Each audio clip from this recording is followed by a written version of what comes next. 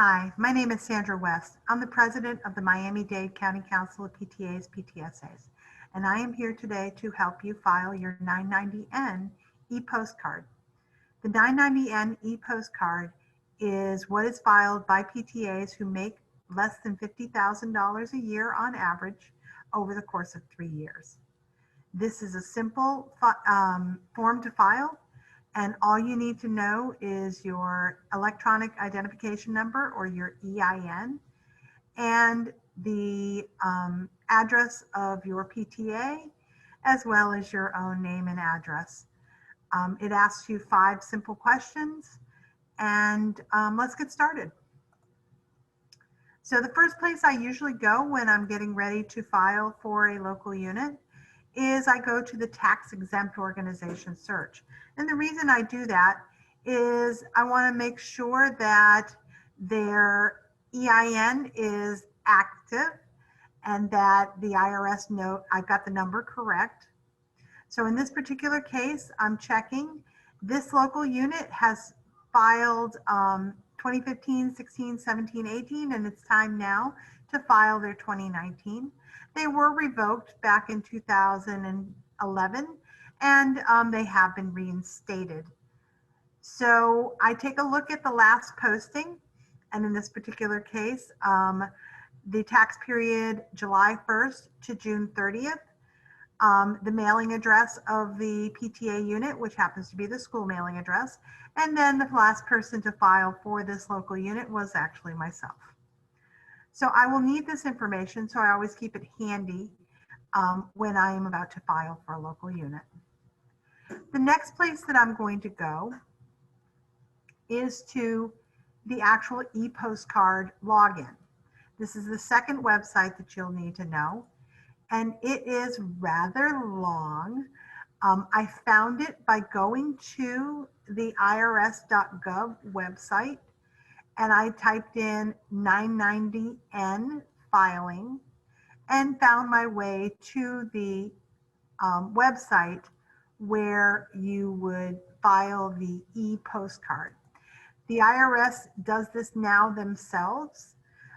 So it is an irs.gov website, and it is incredibly long, but what you need to remember is that you are just filing the e-postcard, and the website that you will go to is much shorter than what you see here. If you do not already have an account with the IRS, you need to create an account.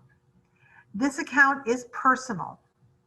They need to know who is filing for each of their local units. So when you create this account, you create it with your information here, your name, your email address. It will send a code to your email address so that you can verify that you have access to the email address that you've entered here. Once you confirm that code, then you will be able to log in. I already have a code, so I'm just going to log in. It is a 2-step login process. It does ask you your password, and it does have a site image. This is a security feature. You set it up when you do your login setup so that you know when you're logging in that you're really logging into the IRS website and not to some scam site that is pretending to be the IRS website. And I'm crossing my fingers that I had the right password. I did. When you have the right password, it takes you to your online security information so that you can check and make sure that it makes sense that you were the last person to log in and that all of your logins have been successful.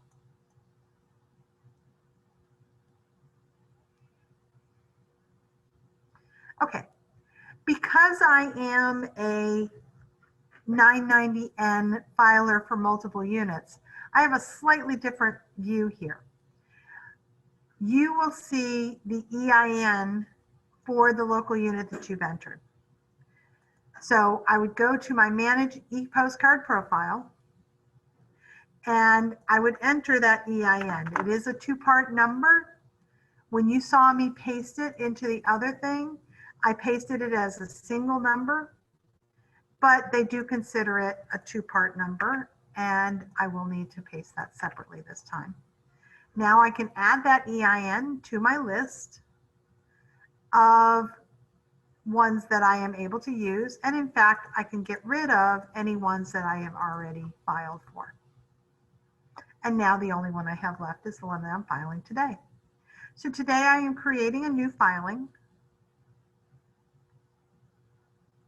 and it's going to ask me to pick my EIN. So I picked that one. It automatically populates several pieces of information. The first piece of information it populates is when the tax year ended. So for this particular unit, the tax year ended June 30th, 2020, but it began July 1st, 2019. So this is considered the 2019 tax filing. It goes by the date that it begins, not the date it ends. So the 2019 tax filing runs from July 1st, 2019 to June 30th, 2020. If you happen to see a different date here, please let Florida PTA know, because that is an error that needs to be corrected. The first question it asks is, has your organization terminated or gone out of business? I would hope that that answer is always no. And then it asks you, are your gross receipts normally $50,000 or less? The answer there is yes. If your gross receipts are more than $50,000, then you cannot use this e-postcard. You must file using a 990 EZ or a 990 full, depending on what size of receipts you have. Again, it's grayed out because the official name of the PTA is always PTA Florida Congress. And of course, the EIN number is what you entered originally. Once you've filled this out, click continue. Now we come to the second page where it's asking you some more questions. The first question that it's asking you is your DBA name. This is your doing business as. Every PTA has a DBA name because you don't call yourself PTA Florida Congress every day. The DBA name is your PTA name. In this particular case, it is American Senior High PTSA. Now, if they called themselves AmHigh PTSA or some other short nickname that they want to have legally recognized, then they could also enter that here in the DBA name continue. And you'll have the option of entering multiple DBA names. Obviously, we are in the United States. That is the next question. Make sure that you enter that. Now I need to enter the number and street. I go back to the email to grab the address. This is the number and street of the school, and this is what we are allowed to use as our, our address. It is found in Hialeah, and its zip code is 33015.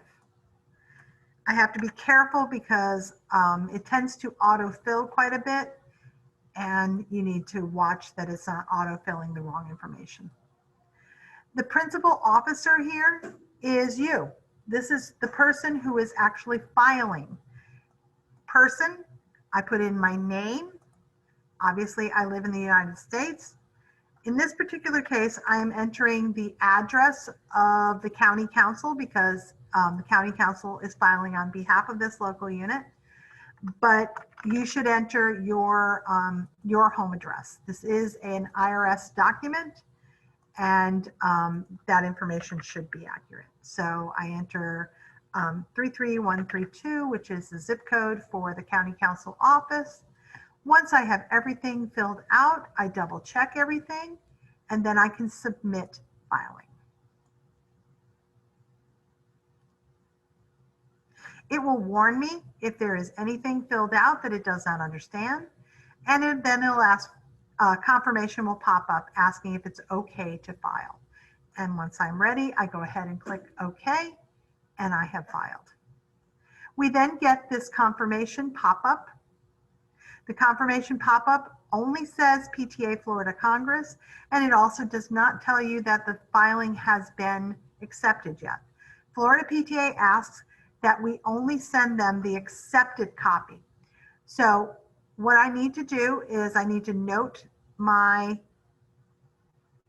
EIN, and I go back here to managing, and then this listing is actually in numerical order by all of the PTAs that I have filed.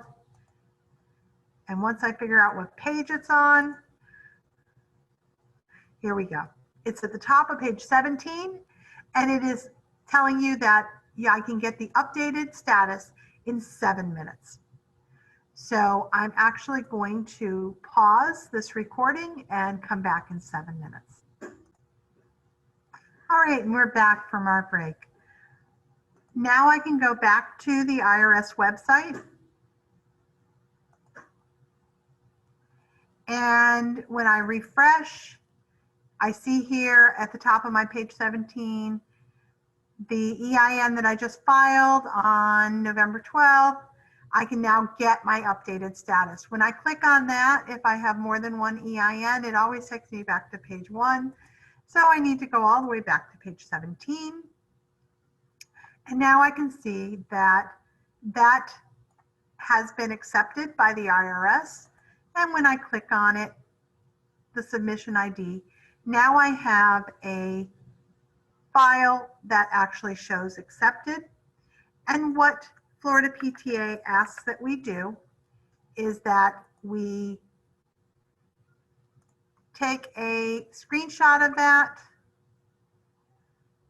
So I'm just going to take a small picture of it.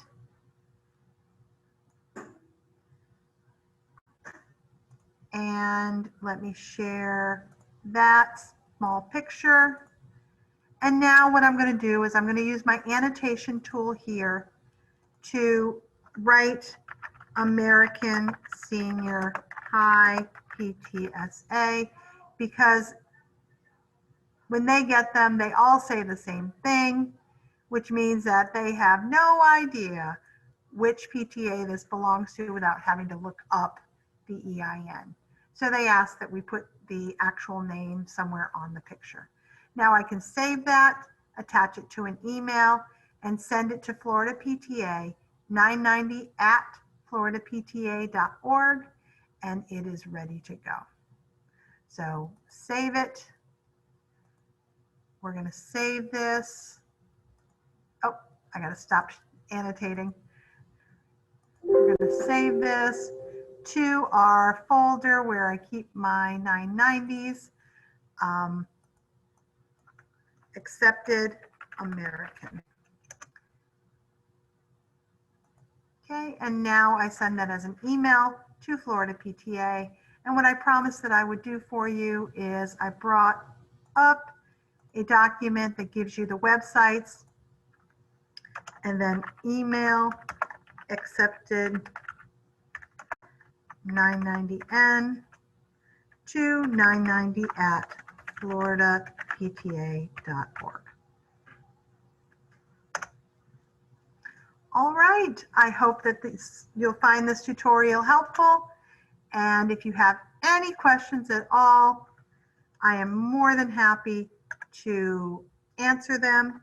Again, my name is Sandra West, and I can be found at 305-995-1102. Have a great day.